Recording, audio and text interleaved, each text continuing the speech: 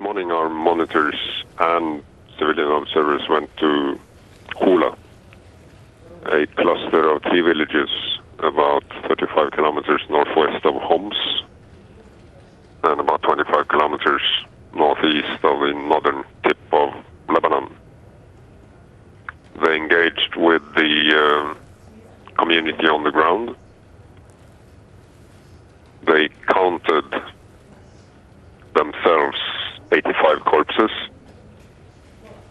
34 of the dead were children under the age of 10 and 7 women.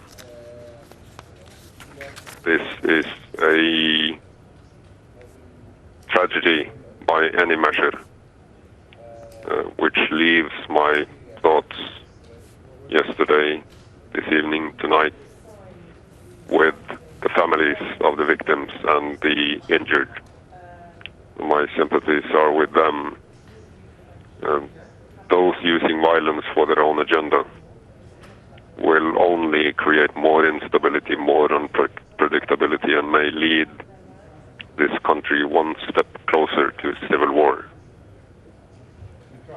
How does the UN believe these people died?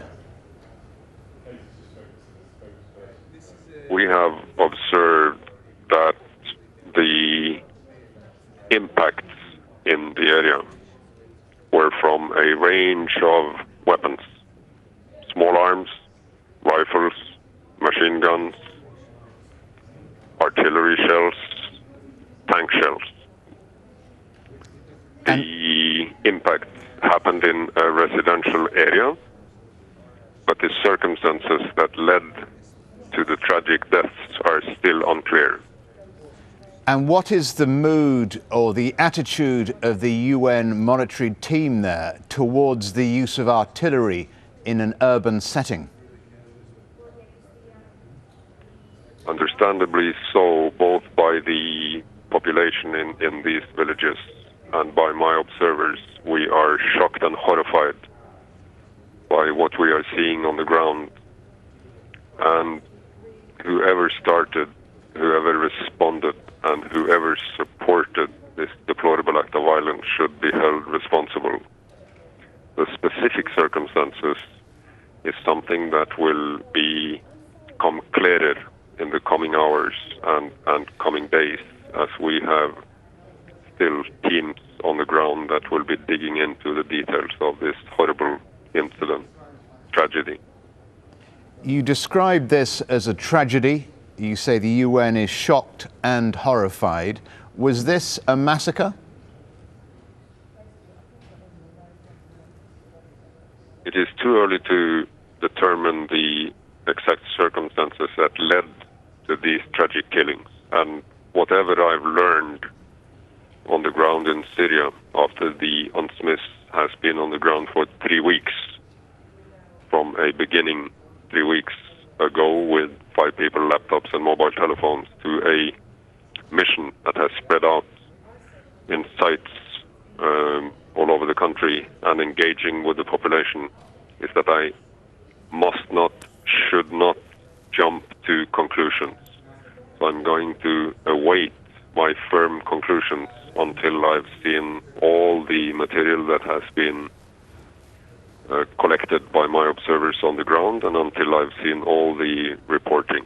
At that point, I will draw the conclusions that is possible to draw and report on my reporting chain. And lastly, Major General, Syria's government blames the attacks on what the government describes as armed terrorist gangs. Can you determine who fired the weapons? What we are hearing are blames from one side to the other, and from the other side to the first side. This is predictable, it is not surprising at all, and it's understandable. The position of the unarmed observers, being 275 in numbers on the right now, is that whatever we do, we need to stick to reporting the facts. Those facts are going to be reported when we have clarified in the coming hours and days as much as possible the circumstances that led to these tragic killings. However, the death of 34 children under the age of 10 is an attack on the future of the Syrian people. It's a graphic display of violence that is challenging the future of Syria based on a political dialogue, based on a peaceful process forward. That is whomever started, whomever responded, and whomever took part in it, a deplorable act of violence that is unacceptable and unforgivable. The killing of innocent children and civilians needs to stop. The violence in this context is only going to produce more unpredictability and more violence. Major General, thank you very much indeed for joining us here on Al Jazeera.